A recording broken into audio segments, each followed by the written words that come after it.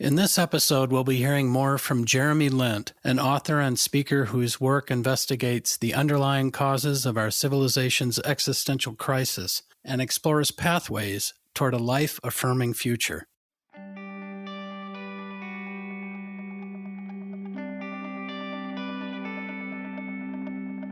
Welcome to the Overpopulation Podcast, where we tirelessly make overshoot and overpopulation common knowledge. That's the first step in right-sizing the scale of our human footprint so that it is in balance with life on Earth, enabling all species to thrive. I'm Nandita Bajaj, co-host and executive director of Population Balance. And I'm Alan Ware, co-host of the podcast and researcher with Population Balance, the first and only nonprofit organization globally that draws the connections between pronatalism, anthropocentrism, and overpopulation, and their combined devastating impacts on social, reproductive, ecological, and intergenerational justice. And thanks to you, our wonderful listeners, we now rank in the top 2% of all the podcasts globally. In addition to the podcast, we also run virtual educational programs at schools and conferences with a goal of empowering people to make liberated and responsible reproductive and consumptive choices. We do all of this with a really small staff and a tiny budget, and we count on you to keep doing this important work. As 2022 draws to a close, we hope you'll consider supporting our transformative programs. The vital work we do is not possible without the generosity of supporters like you. Just a small donation goes a long way to keep our podcast on the air and keep us expanding our outreach programs. Please click on the donate button in our show notes to learn about the different ways you can give, which include one-time or monthly donations, as well as legacy gifts. Yes, legacy gifts are a really great way to support us. You can give to Population Balance through your will or trust, or by naming Population Balance as a beneficiary of your life insurance policy, retirement plan, or royalties. You can learn more on our website, populationbalance.org. And if you have feedback or guest recommendations, you can email us at podcast@populationbalance.org. And now on to today's guest, Jeremy Lent. Born in London, England, Lent received a BA in English Literature from Cambridge University, an MBA from the University of Chicago, and was a former internet company CEO. His award-winning book, The Patterning Instinct, A Cultural History of Humanity's Search for Meaning, explores the way humans have made meaning from the cosmos from hunter-gatherer times to the present day. His new book, The Web of Meaning, Integrating Science and Traditional Wisdom to Find Our Place in the Universe, offers a coherent and intellectually solid foundation for a worldview based on connectedness that could lead humanity to a sustainable, flourishing future. He is the founder of the Deep Transformation Network, a global community exploring pathways to an ecological civilization, and the nonprofit Leology Institute, dedicated to fostering an integrated worldview that can enable humanity to thrive sustainably on the earth. And now on to our discussion.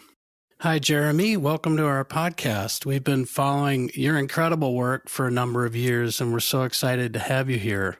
Thanks so much for having me here on the podcast. Looking forward to this conversation, definitely. You've had a unique journey in that you've gone from being a tech entrepreneur in the late 90s to becoming this incredibly broad, deep thinker and seeker over the past 2 decades.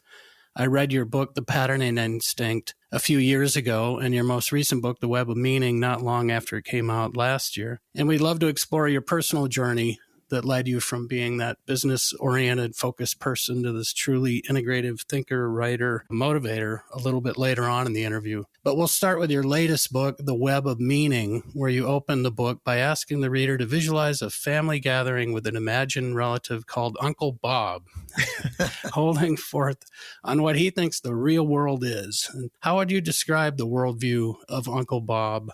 Yeah, Uncle Bob is a great place to begin because for a couple of reasons, really, because we've all had that experience of being with family or friends or at work or whatever it might be and expounding some idea of what's possible. And somebody comes and throws cold water and says, oh, let me tell you about it. When you've been around the block like I've been, you'll know here's how things are. And all of a sudden, there's this kind of deadening quality to the sense of possibility. But an equally important reason to really kind of think about Uncle Bob is that we all have Uncle Bob within us, even those of us who feel we've got a glimpse of what's possible and a different kind of transformed future that's out there, because at least anyone who's born and raised within the dominant culture, we get so many of these ideas imprinted on us. There's always voices within us that sound like Uncle Bob, even if they're not necessarily the dominant voice. So basically, Uncle Bob in this kind of tea party represents what we might think of as like the dominant culture. And if you sort of just take the essence of what Uncle Bob is saying, it goes something like this. It says, ultimately, all the world is competitive. That's the fundamentals of life. Humans are selfish, rational maximizers. And that's why capitalism works so well, because it just takes all that selfish, rational maximizing and makes it the most efficient way it can be. And in fact, even life itself is like that. Look at the selfish gene. Evolution itself is just about this battle where one particular, even this species is just like this machine dominated by this gene, but one organism outcompetes the other. And so humans have outcompeted the rest of them. That's why we've been successful. And we use technology. And sure, there might be a few problems like global climate change or ecological problems or whatever, but technology will solve them. Just let the market do its thing and everything will be okay. And in fact, progress has been so great. Don't you know Steven Pinker's work? Everything is really getting better and better. And all the bad news we see in the headlines, that's all just because of these way in which human beings focus on the negative. And in this book, The Web of Meaning, I kind of show how every single thing I just said, those statements, basically is not just dangerous, leading us to destruction, but plain wrong, has been shown to be wrong scientifically. So what we think of as this kind of core scientific foundation for this dominant worldview mostly are ideas that got formed hundreds of years ago that have been completely superseded. Right. That would be like Tina, or the idea there is no alternative to markets and technology. Right. Exactly. That was that statement from Margaret Thatcher back after the end of communism in the Soviet Union. And that is still amazingly powerful notion. I mean, even you read people like Yuval Noah Harari that has more than 10 million readers, a hugely influential intellectual, and somebody who's clearly like a deeply caring, real deep thinker who wants to see a positive outcome in all the issues we're looking at. And one of his books, he explicitly makes that statement, essentially, like, there's only been these two alternatives, and one of them got like demolished with loss of communism. And so this is what we're left with, is just one story. And that's just not the case. But the other stories have been, basically, they don't get out there in the mainstream media. So even somebody like a Harari is not even aware that there is this other story out there. Right. I wrote an article, like an open letter, if you will, to Harari a few years back, where I talked about something like the fictions that Harari himself is not aware of, because he's completely right that we do make meaning out of the world through patterning things in and out of our worldview. But we make up this story. Essentially, if you think of what a pattern is, we exclude certain things and we focus on certain things, and we look at the connections between those ones we focus on. Just like when we look at constellations and the stars or whatever, and we see a constellation, we see a pattern. And that's really the meaning making that humans do. But in that sense, Harari is completely right that, in fact, we can actually look at how the shape of history itself has been driven by the patterns of meaning that different cultures have put into their understanding of the universe. And of course, the implication of that is so profound, because what it says is that the ways in which we make meaning right now out of things and the values that arise from that will actually direct the future of humanity and the future of Earth. And you kind of talk about the dominant worldview of separation in your latest book, The Web of Meaning. And you talk about how it's at the heart of the modern worldview. And a big part of what you're calling for is a shift in humanity's worldview. Mm-hmm. How would you describe that separation, and how do you think it has led us astray, as you were just speaking, in the modern world? Well, separation definitely is, if you have to take one single word, the word that best describes how this worldview actually works, But it's also helpful, just before I even describe this dominant worldview, to recognize that really we can sort of go into deep history and look at the way different worldviews from the earliest times have been essentially like layers of separation building on each other, all the way back to when humans first evolved as human beings. And things like language and self-awareness led to a certain separateness from the rest of life that hadn't existed before, that did make humans unique among other animals that we share the planet with. And then with the rise of agriculture, you get a new separation with people putting fences up and saying, here's like the very notion of cultivation. Here's what we cultivate, and here's the sort of scary wildness outside of our fences, and separation between human beings. And then really the foundations of this dominant worldview actually can be traced all the way back to ancient Greece, with a separation between mind and body, except in those days it was like soul and body, and a sense that rather than sort of the source of value being in life itself, it came from some sort of perfect external source, and the world itself was this polluted, messy kind of world that was trying to be perfect, like this eternity out there. And that ultimately led to Christianity. And what's interesting is we think right now of science as being in antagonism with Christianity. But Christianity, with its dualistic thinking, was really incubated this dominant worldview, which arose in Europe in the 17th century. And what this dominant worldview basically says is that nature is a machine, that humans, with that dualistic split I was talking about, that famous statement from Descartes, the foundation of Western philosophy, I think, therefore I am, that our very identity comes from our thinking capacity. And that thinking capacity both separates us from other non-human animals because they don't think the way we do, and even separates us from our body. Like our thinking capacity, the soul became basically translated as mind, and we got this mind-body split. And when you think of nature as a machine, then it gets to be okay to do whatever you want to it. That it basically becomes a resource to exploit for human benefit. And that same notion of separation also led to a sense of separation between human beings, and this sense that a human is an individual, and that the identity of a human being is not part of a shared collective identity, but is separate from others. And along with that, finally came this notion of some sort of myth of this inherent superiority of the white European Christian, and I'd add white European Christian male, basically at this sort of apex, and that all other races, all other elements of humanity around the world, in a way, was seen as no better than the other animals, like subhuman in some ways, and therefore ripe for exploitation. Even considered to be actually a moral imperative to bring this kind of understanding of Christianity and basically exploit the natives in order to bring this, what was considered a superior worldview, into being.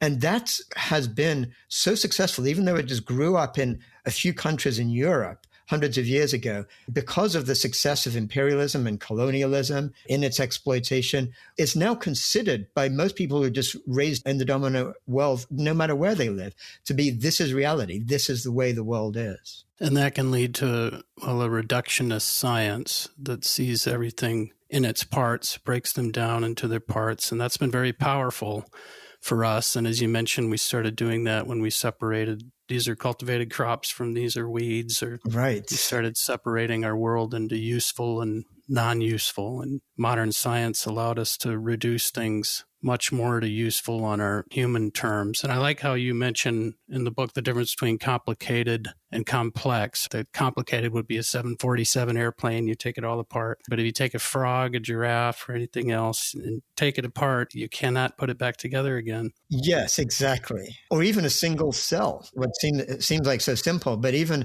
a single cell, of which we have 40 trillion in our bodies, each one is complex and can't be understood in the way that something is, like you say, a 747 or an oil rig can be understood, because it's not mechanistic. Before we move on, you raised an important point I just wanted to emphasize. That rise of reductionist thinking that came with the scientific revolution. Even though I've been saying a lot of derogatory things about the dominant worldview, I want to emphasize that it's absolutely critical for us to appreciate and recognize the benefits of that worldview. That even though science is not just reductionism, and we can go into that recognition that science is actually way more than reductionism. Reductionism itself, which was a methodology that Descartes actually was the one who first invented, came up with this idea, it's been incredibly powerful. And it's given us all these branches of understanding of chemistry and physics and biology. And it's given us the ability to understand fundamental concepts like whatever it is, the germ theory of disease or electricity, or our ability to talk to each other over thousands of miles away, and all the different benefits of our modern world. And I don't want anyone to misperceive that I'm saying there's something wrong with all of that. What has happened, though, is in our current world, we have this massive imbalance where one particular way of looking at the world, one particular way of thinking has become so dominant that there's no room, there's no space to recognize it's part of an overall integrative, larger way of thinking, which is what we need to get our relationship with the rest of the earth back in balance again. That leads very well into the third question when you talk about the book, The Original AI, or Animate Intelligence. How would you describe that, and what are we learning about it? Right. That's really a key concept. So as you say, this notion is that we think of AI, obviously, as artificial intelligence, and it's kind of this mind-blowing idea that we can create intelligence potentially even beyond human intelligence and everything else. But what we discover when we start looking now at the findings in recent decades of deep biology and cellular biology in particular is that there's actually this incredible intelligence in nature that in our dominant worldview, we don't even account for when we think about intelligence. Again, going back to that Cartesian split of I think, therefore I am, there's a fundamental notion in Western thought is that intelligence is something that has to do with that human capacity for symbolic thought. And we think that intelligence is something you can measure with IQ. In just the same way you can measure your height or your weight, you can measure your IQ, and that's what your intelligence is. And if you look at intelligence in that way, then clearly humans are in a different league than other animals. And so that leads to a foundation of human supremacy and anthropocentrism. But when you look at the original AI, what you begin to see is that there's a different form of intelligence. As you say, starting at the cellular level, where a single cell is capable of receiving thousands of signals and transmitting them thousands of things all at the same time. And a single cell will be in community with other cells. They'll make consensus decisions as groups. They'll decide what to do next for themselves. We now know that plants have multiple senses, like 15 to 20 different senses through which they understand and relate to the environment around them. And they also engage in collective decision-making and actually will share resources together. And they can act intelligently and do act intelligently. And that's plants. And then, of course, when we look at other animals, especially when we look at the animals that have the most developed levels of social intelligence, like cetaceans or wolves or elephants, we find that they're capable of deep ways of being in the world. So Franz de Waal, who's written a lot about this, just a fabulous biologist, he comes up with this notion of, we can think of intelligence really, imagine a landscape with lots of mountain peaks.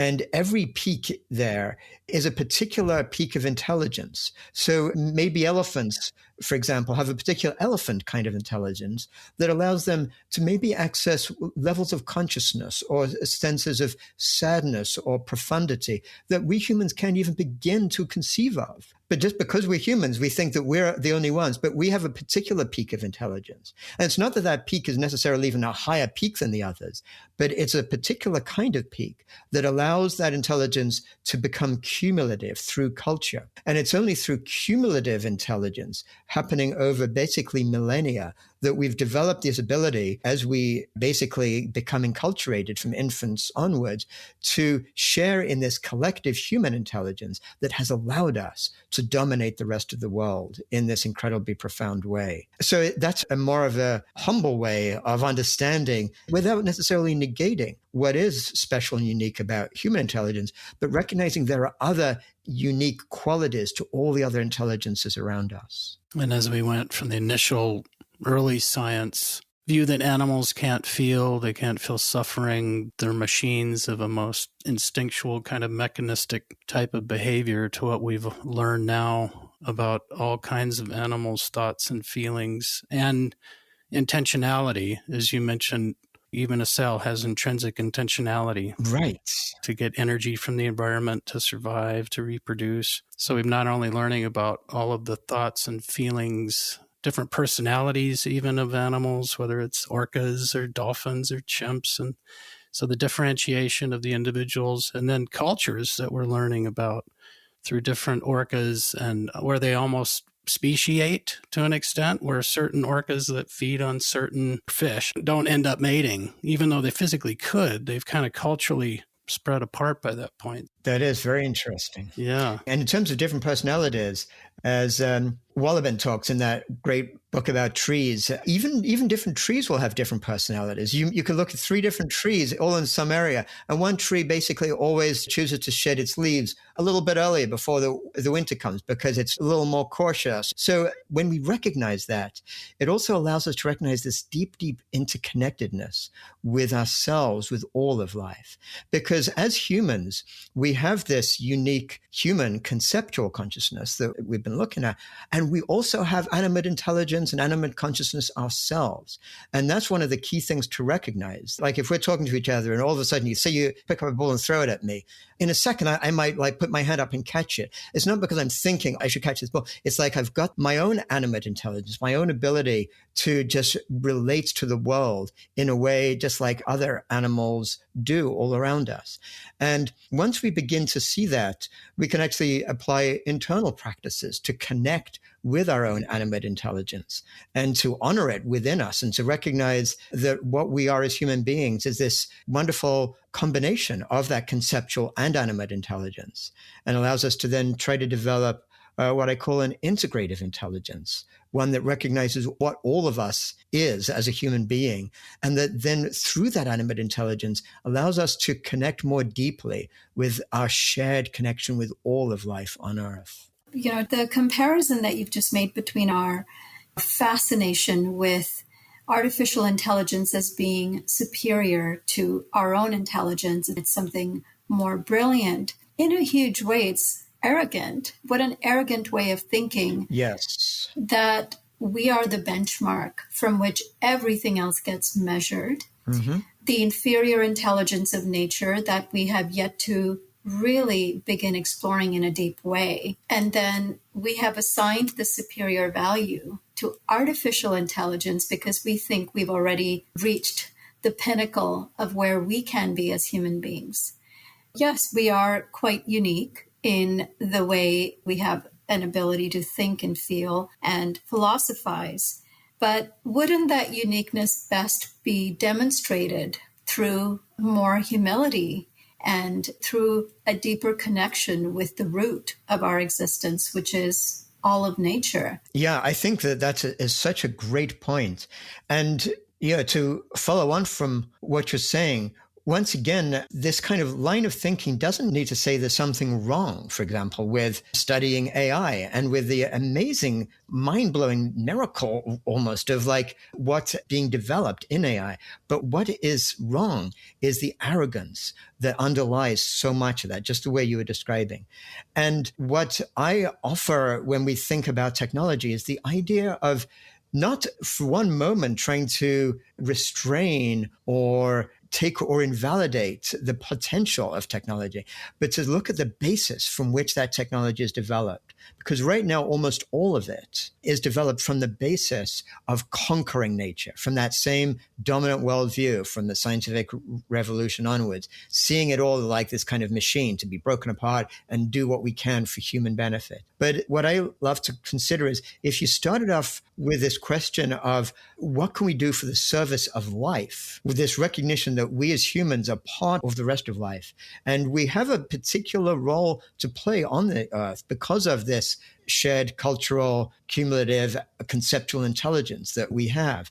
And so rather than say there's something wrong with that intelligence or we need to limit it, what we can do is say, how can we use it to truly be in the service of the earth and of life, the unfolding life that's been going on for billions of years, which leads to a very different way of thinking about the potential for technology and the potential really for the human future. The possibility that we could actually be looking at some long-term projection for human relationship with the earth, where if we think of our own human organism as being something that's as an integrated organism, but with a prefrontal cortex that mediates this kind of symbolic conceptual thinking, but integrated with the rest of our animate intelligence, can we play the role as a human species, a little bit like that prefrontal cortex for the rest of Earth? And can we play the role to be in service of all of Earth, to find ways that we humans can be flourishing and thriving, but on a regenerated, thriving Earth? That's how we can develop technology. And that would not be an eco-modernist,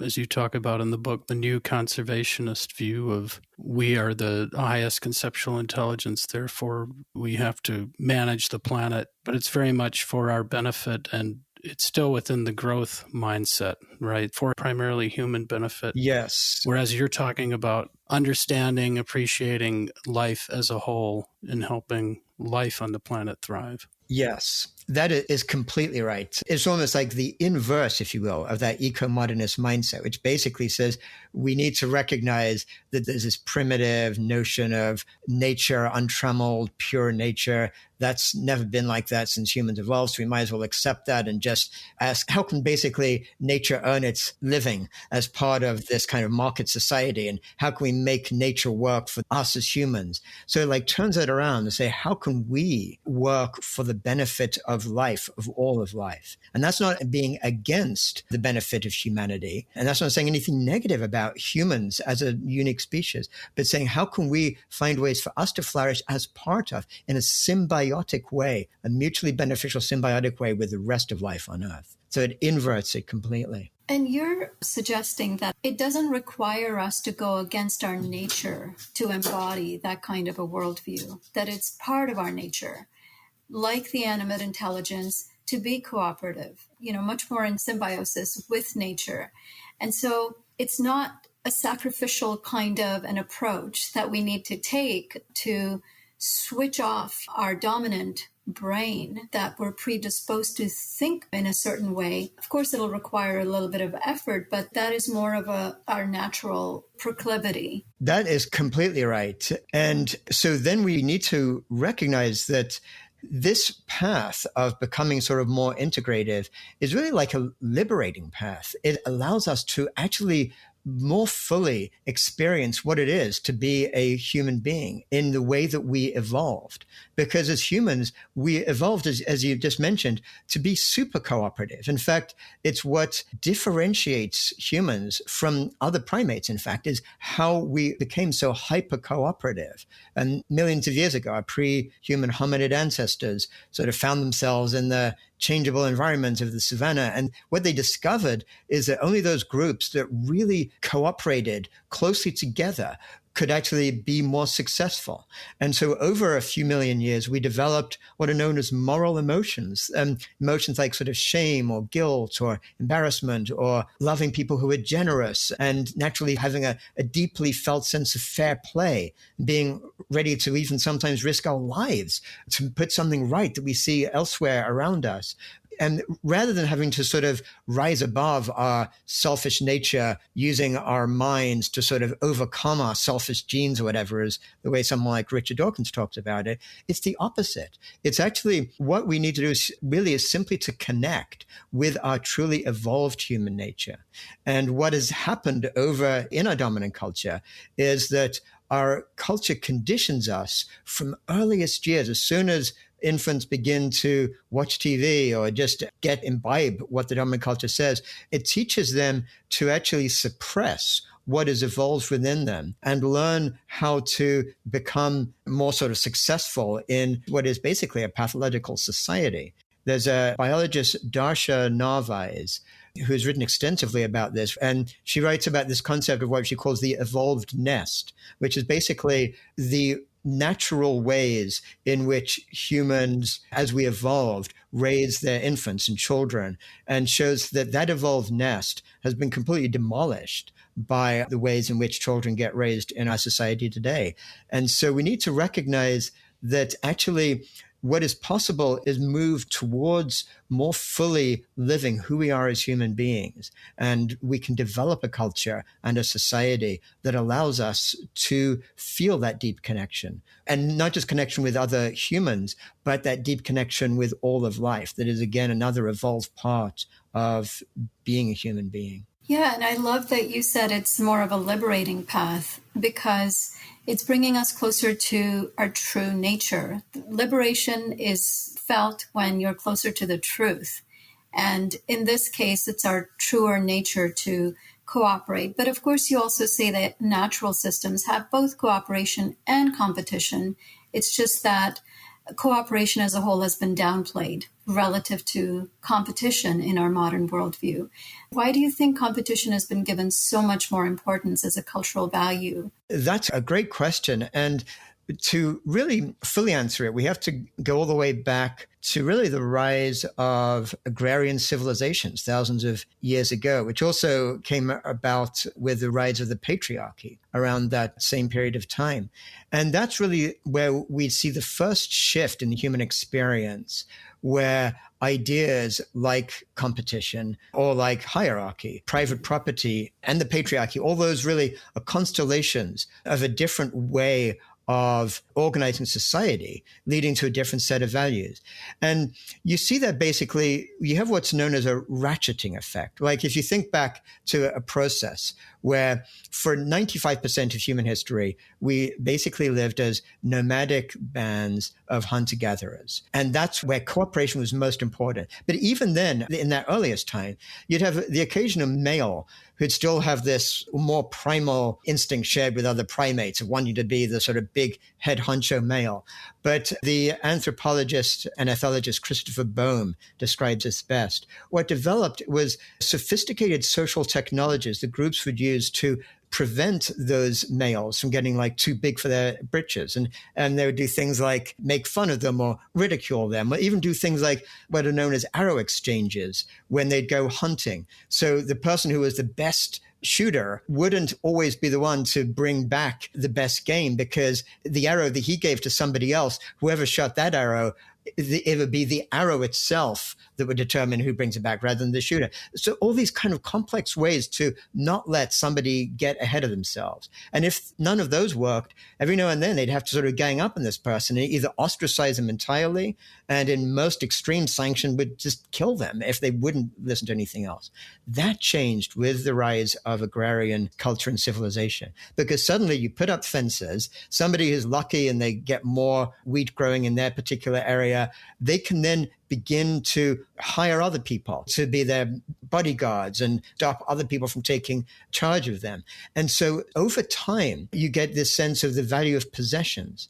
And then once people begin to settle and have possessions, then you get like gangs of males go together and raid another group. And then if they do succeed in that, and then they've sort of owned more property, then they begin to inculcate new values of the warrior and the sort of heroism. And some of these values that we see in sort of ancient Greek epics like Homer, like the Iliad or the Odyssey, where it was considered okay to conquer some other group, kill all the males, rape all the women, and, take all the children back and use them as slaves. So this notion, different ideas got to develop, which basically led to these cultures of hierarchy and authoritarianism. And the writer Riane Eisler speaks very well about that, about this difference between like authoritarian cultures and partnership cultures. We're going way before the rise of the dominant worldview or capitalism or anything else. But with the rise of the scientific thinking or the quasi-scientific thinking, the original sort of ideas back in the 17th century, came this notion, Thomas Hobbes is really the one who described it best, of this sense that this was the way in which humans are, that everyone's out for themselves and life is like mean, nasty, brutish, and short. So you need authority to be in charge.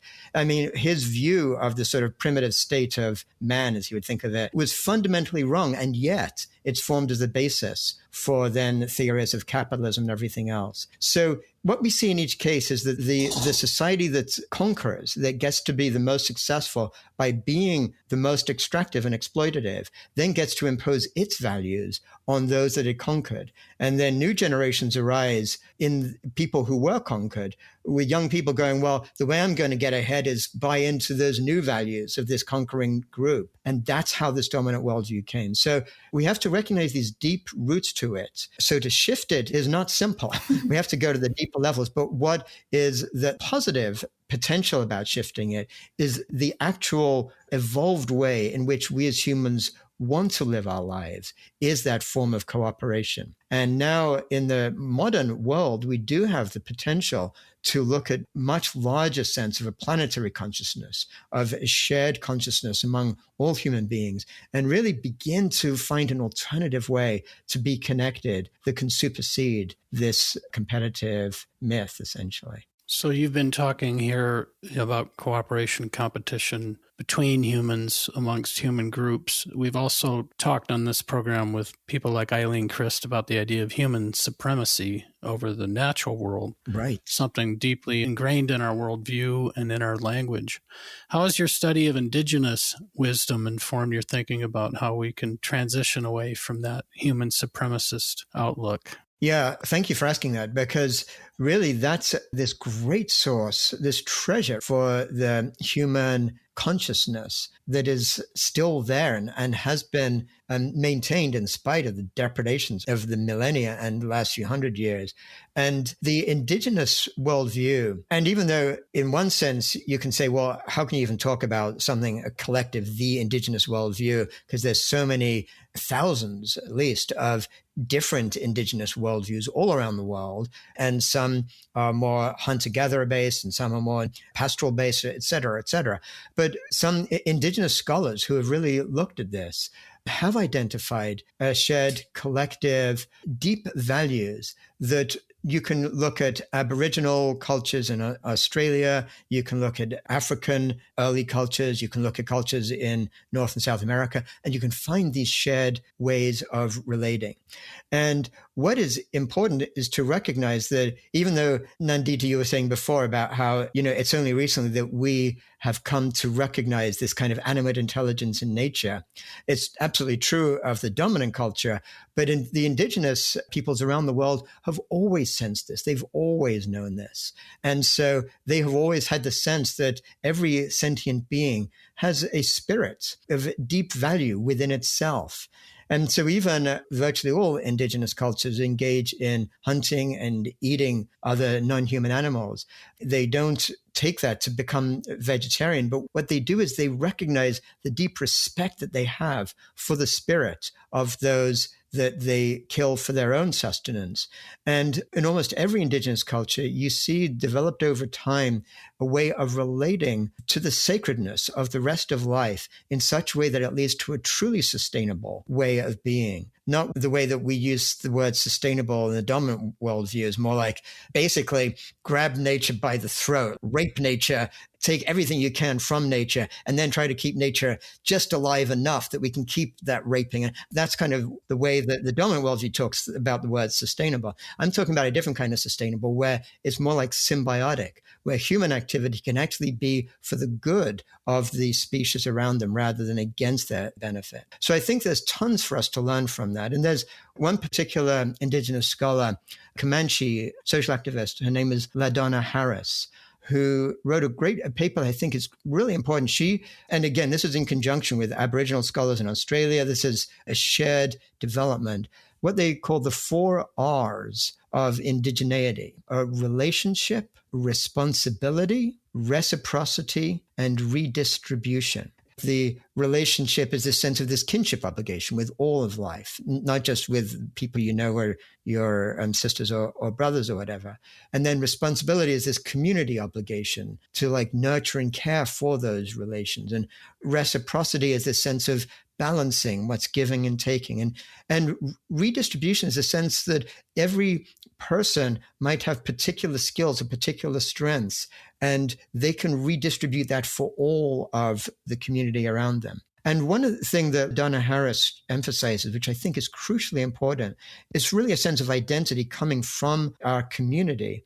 This does not in any way reduce a sense of individuality. What you see in Indigenous values and culture is fuller individuality. People are free to make their own decisions. They're free to go off for a few months at a time, join another group, come back a few years later. There's no sense you have to do it a certain way. But what is recognized is humans can fulfill their individuality to the fullest once they recognize that their identity is not separate, but is actually part of their community and part of all of life. And then it's this expansion that you can take in fulfilling who you are as a human being is massive. That reminds me of early accounts of Jesuits in Canada and New France, and how the natives would look at the way the Europeans were organizing their society and not want to be bossed around. Their chiefs could not boss them around the way those Frenchmen were bossed around. And often it was the French settlers running away to live with natives, right? And hardly ever the other way around. That's right. Because they could be more fulfilled individuals in that native community than they could in this hierarchical, class-based French society. Exactly, Alan. And in fact, I think David Graeber and David Wengrow write about that really well in the book recently published called The Dawn of Everything, which does a great job of showing exactly what you're saying there.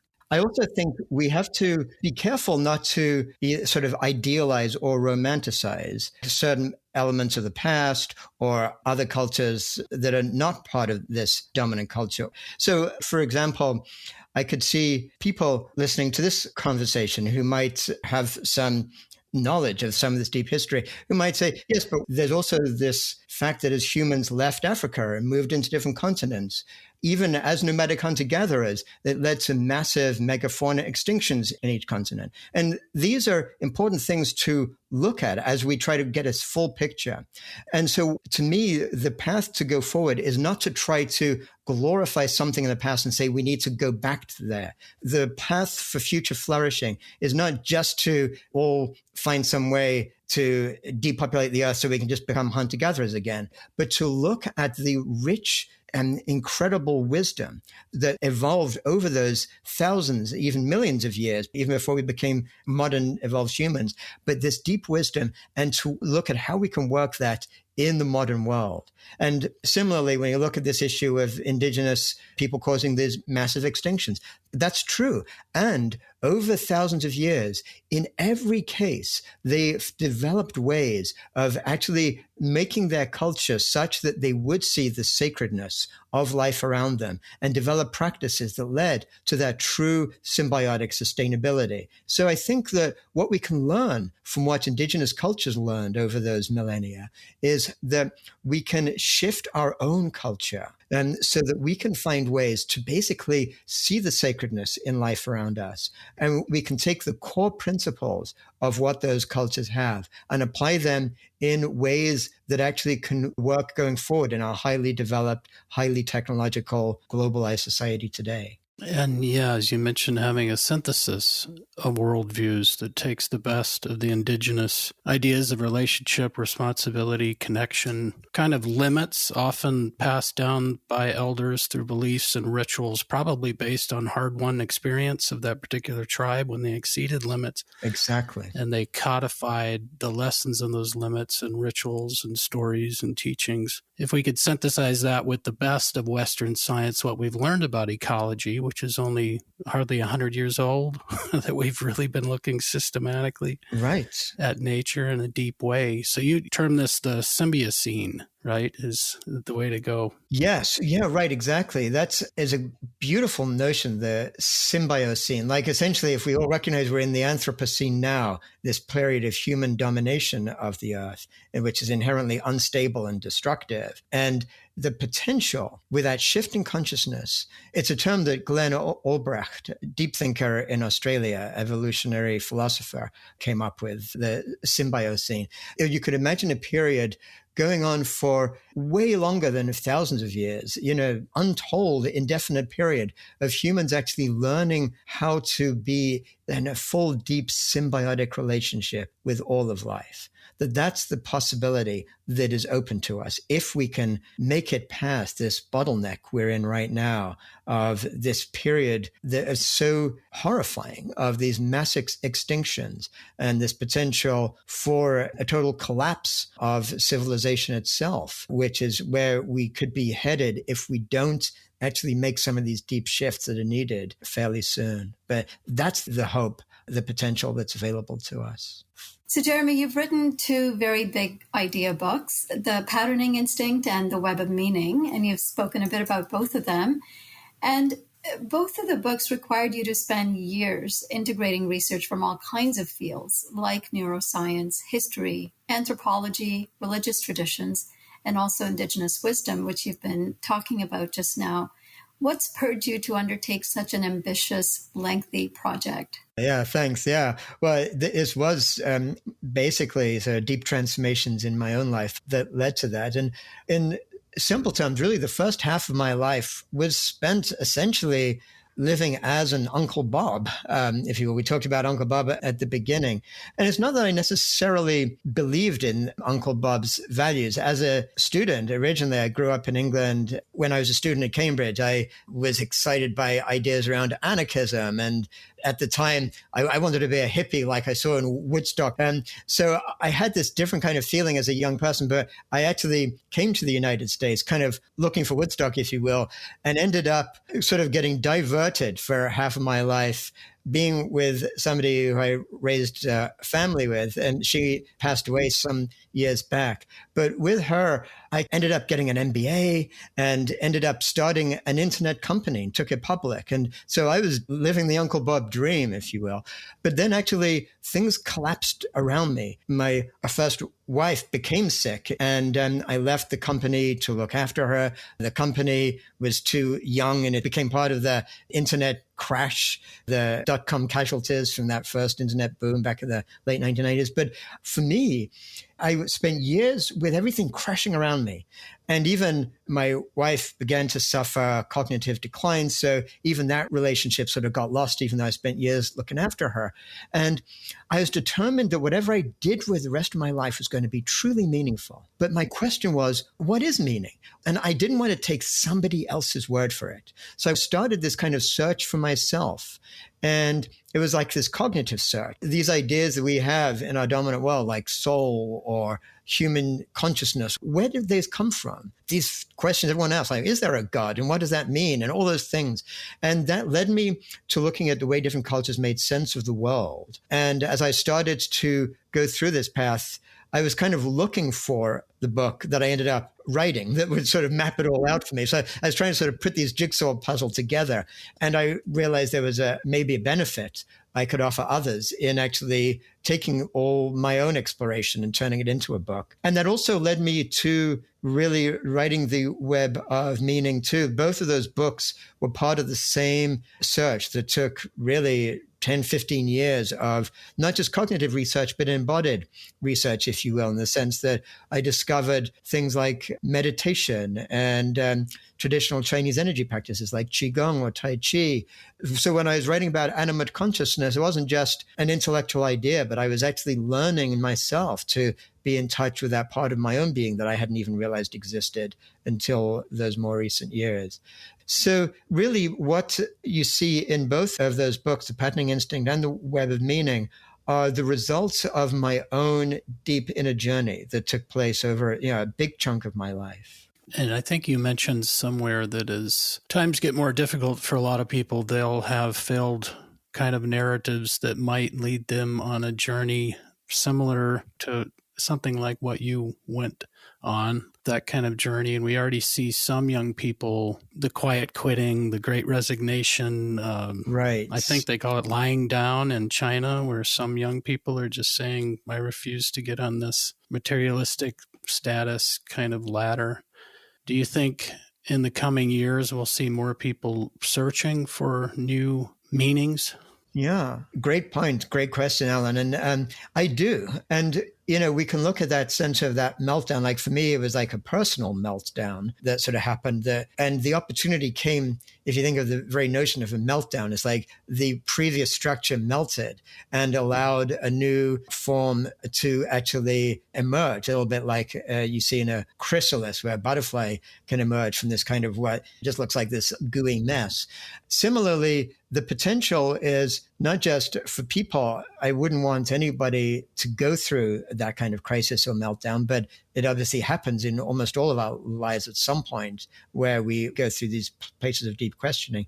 But we need to recognize that as our society itself is moving towards catastrophe, essentially, this ecological devastation and these incredible mind-boggling inequalities and climate breakdown and everything around that as that happens, it's as though the dominant worldview that was tightly knit and couldn't really be critiqued or couldn't really be changed begins to unravel. Like there's this image, you can sort of imagine a tightly woven rug. And if you try to sort of tear that rug because the pattern is wrong and you want to repattern it, you can't because it's tightly woven. There's nothing you can do with your hands. But imagine all of the weave starts to unravel. And that unraveling might make things look kind of ugly and be kind of terrifying, but it also allows you to reweave the rug in a different kind of way.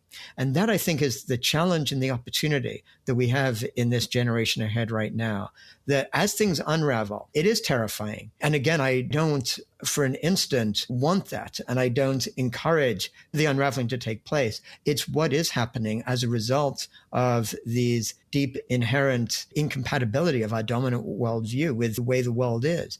But as that happens, the opportunity is to then rework it from within. So the challenge is, can we actually begin to create this new potential symbiotic way of relating with ourselves, with each other, and with the earth?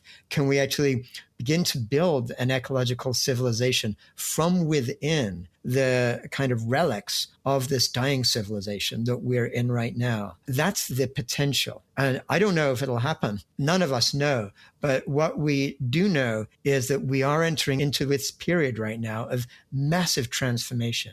And it's an exciting period as well as a terrifying period, because each of us has this potential to take part in helping to reorient what the future of humanity itself and the earth might look like in the distant future. Yeah, because you've so brilliantly demonstrated through both of your books and through talking with us today is this dismantling this idea, the dominant worldview, that the universe is meaningless and that, life doesn't have any purpose. And that if you were to look, as you've done, over billions of years, life continues to regenerate. And the planet knows, how to come back alive after collapse. And we've had civilizations come and go and collapse before. Do you feel that there's a different essence to where we're at as a civilization today, where maybe there's, a different sense of hopefulness in terms of building or rebuilding an ecological civilization? Yeah, I do. I think we are in really a unique period in the current era right now. Like if we look back over all the vast history of human experience on the earth, there's been a couple of phase transitions, if you will, in that human experience that changed every aspect of what it was like to be a human being on the earth. One was that shift we talked about earlier from nomadic hunter-gatherers to the rise of agrarian civilizations about 10 or 12,000 years ago. It took a few thousand years before that shift really took place. But when it did, everything changed for humans living in that new way of being. And the second change was with the scientific revolution, which within a period of just a couple of hundred years, essentially transformed the world for virtually everyone alive on the earth. I think we're going through a period right now, every bit as large a transformation as those two. The thing is, what we don't know is what that will be like, even though, of course, other civilizations have collapsed, but they basically had a footprint of one particular region on the earth. So while that collapse was a massive event for those people, it didn't affect maybe another civilization a few thousand miles away or whatever. Life continued and it sort of came and went. This global civilization is really a one-off event, really probably in the whole story of the Earth, because if you look at what we've done technologically, we've already accessed all the easy fuels, the coal, the metals, everything else. We've extracted and exploited that so that basically if our entire civilization collapsed and everything around it collapsed, it's not like some cyclical thing where, oh, maybe a few thousand years later, those new people will begin to figure that there's no coal for them to access. There'd be no metals for them to access because everything's already been used by this one. So this is almost like this one potential that a conceptually intelligent species, that's that distinction we were making earlier, on the Earth has to actually move to a different way of relating with the Earth. And so it's a huge event. And the stakes could not be higher. And we have to recognize there is a possibility of total collapse. There's also a possibility of what I call like a techno split, which other people think about using a term like Fortress Earth, which essentially is the elites just basically breaking off from the rest of humanity. And all the Elon Musks developing new ways to neurally connect with each other through kind of neural enhancements and genetic enhancements, almost like speciate, and then basically leave most of humanity to just be living with this total collapse that they left behind while they try to find some way to sort of explore the potential. To me, morally, that future is even more egregious than a future of total collapse. And I think we need to look at that because I think oftentimes we ask sometimes, why aren't the powerful elites looking at this disaster that's unfolding and doing something about it? Well, I think either quietly or maybe among themselves, they talk about it. This is what they're considering. Well, we'll be okay. We just need to kind of fence off masses of humanity that is having this problem. So these are some of the worst outcomes, but the potential is there for this potential of long-term future flourishing. And I do feel that what any of us need to do, though, looking at this situation right now, is to offer for these young generations of people like Greta Thunberg and the millions of others who don't have the platform that she has, but see things in a similar way. What we need to do is give that younger generation the tools to realize they can build something better. They're going to say, we don't accept this bullshit from our older generations telling us all this crap. Look what they've left with us. And so there is that sense that they are moving towards a different worldview. They want something different. What we can do right now, those of us who are in some of the older generations, is use everything we've got to give them a real coherent foundation, a platform for building that positive future, to recognize it is possible. We talked earlier about that notion of there is no alternative, Tina, that Margaret Thatcher loved to talk about. I think what we have as our overriding imperative is to show there actually is an alternative. And it's a beautiful one, and it's a positive one, and it's actually being lived in by people around the world in different ways and different forms right now. And all we need to do, I mean, all is a big challenge, but we need to shift the political awareness. We need to let people become aware that that is possible, because the only thing between us and that future is the political will, basically, and the power structures that are currently dominating. And so part of that shift is, I think it's really helpful when people are acting almost like these kind of islands of coherence in a sea of chaos or whatever, for them to realize that they're not alone. They're like more like part of a massive archipelago that is rising up and might be turning from little island to a new continent that is kind of rising up. And so having that recognition and then learning from what others are doing in different dimensions, that's a part of what I think can enable this transformative change. And this could be a good plug for your deep transformation network that seems to be building that archipelago. Oh, yeah, really. Thank you. Yeah, I appreciate that. Yeah, well, so this is an online network that I really just instigated earlier this year as a result of giving courses to people in these topics who wanted to stay connected after the course was over. So it's a network that allows people to kind of share ideas, get involved in interactive conversations with others from around the world, and to do it in a way that is, once again, self-organized. More than a couple of thousand people have joined this network from around the world. It's vibrant. So it's called the Deep Transformation Network. You can find it basically at deeptransformation.network. And then it's a little bit like a Facebook group where you kind of share ideas and articles and things like that, but without some big corporation telling you what you should be looking at, but rather it's self-organized. And it also goes beyond just sort of sharing articles, whatever, to these live interactive conversations where we're really building a sense of global coherence, thinking about the very issues that we've been discussing in the last hour and looking at them more deeply and having really meaningful conversations. So it's exciting. And the idea behind it is that it's there open as a platform to try to enable a networked transformation that is needed over in the future. So I invite anyone who is interested in these topics of this conversation to just check it out and to join it. Well, thanks so much for creating that network and helping those of us who can feel so alone feel more connected through that. Thank you for doing that. Thank you. Yeah. Thank you for doing the hard work and sharing your wisdom in such a simple and accessible way with all of us. It was a brilliant conversation. Yeah, thank you both. Thanks for all the work that you're doing. And I truly enjoyed this conversation. It was just really great, rich topics to explore together. Thank you. Well, that's it for this edition of the Overpopulation Podcast. Visit populationbalance.org to learn more. To share feedback or guest recommendations, write to us using the contact form on our site or by emailing us at podcast@populationbalance.org. If you feel inspired by our work, please consider supporting us using the donate button. Also, to help expand our listenership, please consider rating us on whichever podcast platform you use. Until next time, I'm Nandita Bajaj, thanking you for your interest in our work and for all your efforts in helping us all shrink toward abundance. And on behalf of our entire team at Population Balance, we wish you all a happy and healthy holiday season. See you in the new year.